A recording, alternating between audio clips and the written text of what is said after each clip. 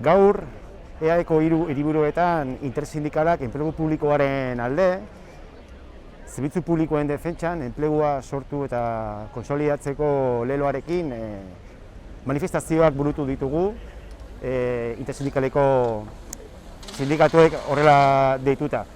Egoera kezkagarria da, enplegu publikoari dagokionean, behin-behinekotasuna 140%, batez beste, eta enplegua sortzeko arazoak behin eta berriz ikusten ari gara mahai sektorialetan, negoziazio mailetan alegia. Azken aste eta egunetan alderdi politikoekin bilduta izan gara, gure aldarrikapenen berri emateko, eta alderdi politiko hauei langile publikoaren alde egin dezaten konpromisoak eskatu egin diegu.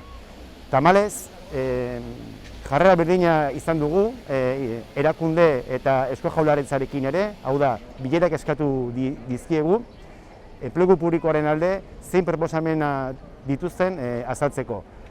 Lotsagarria izan da, bai Eudel eta bai Eusko Jaurlaritzaren jarrera, Eudelek bilera ukatu egin digu eta Eusko Jaurlaritzak ez digu erantzun ere egin.